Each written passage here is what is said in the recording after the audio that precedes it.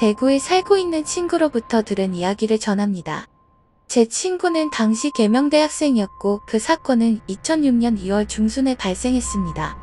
하루는 총학생회에서 갑작스러운 문자가 왔습니다. 내용은 이랬습니다. 수상한 아주머니나 아저씨가 신축 원룸을 소개하겠다며 봉고차에 태우고 수면제 같은 음료를 권한 후 납치하는 사건이 발생하고 있습니다. 계명대 학우 여러분께서는 항상 조심하시기 바라며 수상한 자가 다가오면 즉시 110이나 총학생회로 연락 바랍니다. 이 문자는 어떤 끔찍한 사건이 발생한 후에 발송된 것이었습니다.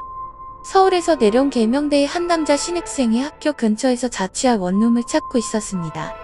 그때 한 아주머니가 나타나 새로 지은 원룸이 있는데 아주 싸게 내놓았다고 말했습니다. 저렴한 가격의 신축 원룸이니 당연히 관심을 가질 수밖에 없었죠. 그러나 원룸이 조금 떨어진 곳에 있다고 하며 봉고차를 가져왔으니 함께 가자고 제안했습니다. 검은색 봉고차에 타니 이미 다른 신입생으로 보이는 학생들이 3명 더 타고 있었습니다. 아주머니는 보온병에 담긴 커피를 종이컵에 따라주며 추운데 고생이 많다며 다독였습니다.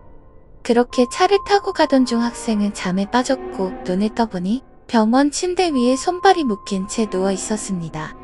주변에는 수술 도구들이 널려 있었습니다. 공포에 휩싸인 그는 극심한 고통을 참고 손발에 묶인 끈을 풀어 탈출을 시도했습니다.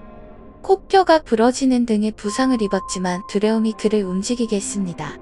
밖은 이미 어두웠고 그가 어디에 있는지조차 알 수 없었지만 그는 필사적으로 도망치려 했습니다.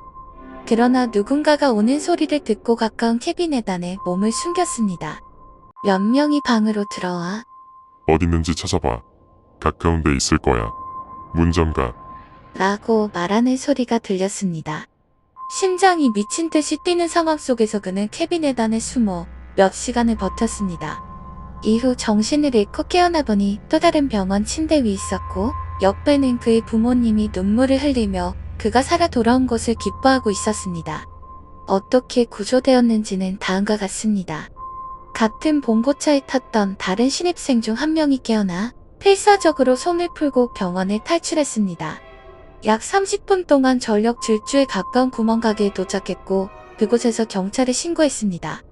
놀랍게도 사건이 발생한 장소는 대구가 아닌 포항이었습니다. 함께 봉고차에 탔던 다른 2명의 학생은 실종 상태로 끝났고 그들의 행방은 밝혀지지 않았습니다.